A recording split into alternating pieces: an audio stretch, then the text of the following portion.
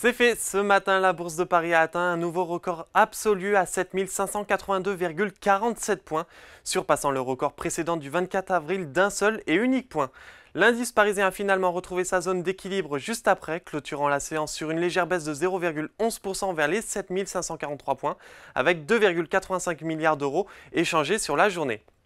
Concernant les événements du jour, les investisseurs ont pris connaissance de l'indice des prix à la consommation aux États-Unis qui s'est établi à 3,1% en novembre sur une base annuelle conforme aux estimations mais en baisse par rapport aux 3,2% enregistrés en octobre. Sur une base mensuelle, l'indice affiche une légère hausse de 0,1% dépassant légèrement les estimations et les chiffres du mois précédent. Sur les valeurs du CAC 40, Publicis conserve de nouveau sa première place, le titre prend 1,35%. Dans son sillage, Safran grimpe de 1,21%, Dassault Systèmes est en hausse suite à la recommandation de la banque américaine JP Morgan sur le titre qui donne un objectif de cours à 52 €, soit un potentiel de hausse de plus de 15%. Bien orienté également, on retrouve Air Liquide et Saint-Gobain qui a annoncé la signature d'un contrat avec CVE, un fournisseur d'énergie renouvelable français, pour fournir de l'électricité solaire en Afrique du Sud.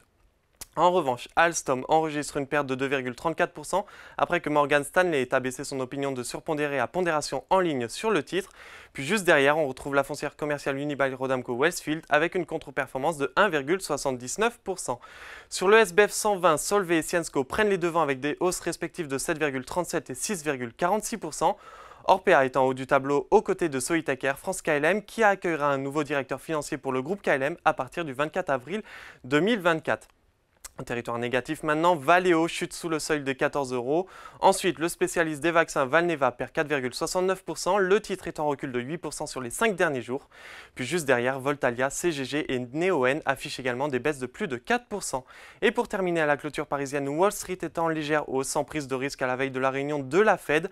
A noter également que la société de logiciels Oracle perd pour le moment plus de 11% après avoir dévoilé des résultats trimestriels et des prévisions inférieures aux attentes. Voilà, c'est tout pour ce soir, mais n'oubliez pas, toute l'actualité économique et financière est sur Boursorama.